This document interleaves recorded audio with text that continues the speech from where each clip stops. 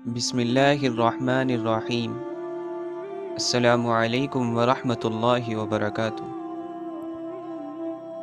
दोस्तों, हमारी ज़िंदगी में एक सबसे ख़ूबसूरत चीज़ ये है कि हम जब तक ज़िंदा हैं, हमारी आखिरी सांस तक अल्लाह ताला ने हमारे लिए तौबा के दरवाज़े खोल रखे हैं।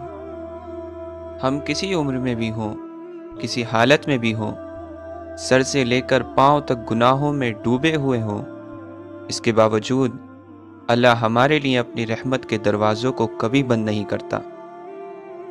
वो हमेशा हमारे उसकी तरफ लौटने का इंतज़ार करता है। लेकिन दोस्तों, बहुत से हमारे भाई बहन अल्लाह से दूर हैं और वो ये सोचते हैं कि हम बहुत गुनाहगार हैं, हमने अपने रब को बहुत नाराज़ कर दिया है, अब हमारे लिए अल्लाह की रहमत में से कोई हिस्सा नहीं है। और ऐसे लोग अपनी इस सोच की वजह से अल्लाह से बहुत दूर हो जाते हैं और ऐसी राहों पर चल देते हैं जो उनको हलाकत के सिवा कहीं और नहीं ले जाती।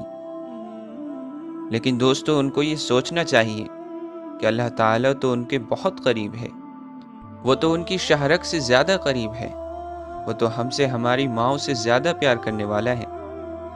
हो सकता है कि माँ माफ़ करने में देर कर दे, लेकिन मेरा रब तो ये कहता है कि ए मेरे बंदे, तो ज़मीन से लेकर आसमान तक के खला को गुनाहों से भर दे और सिर्फ़ एक मर्तबा नदामत के साथ मुझसे माफ़ी मांगे तो मैं तेरे सारे गुनाह माफ़ कर दूंगा।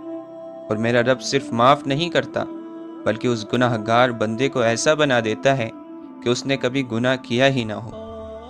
और ऐसे लोग जब अपने दूसरे नेक भाइयों को मस्जिदों में रोता गिड़गिड़ाता देखते हैं तो उनको देखकर ये क्या सोचते हैं?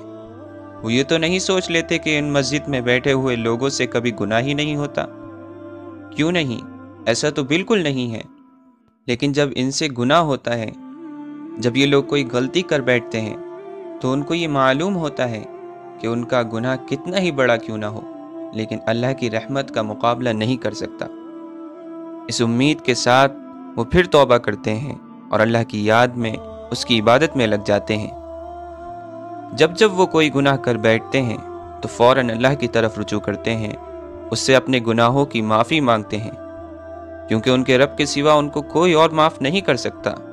गुनाहों को माफ़ करने वाली ज़ात सिर्फ़ एक है और वो ज़ात मेरा और आपका रब है, और वो हमेशा हमें माफ़ करने के लिए तैयार है।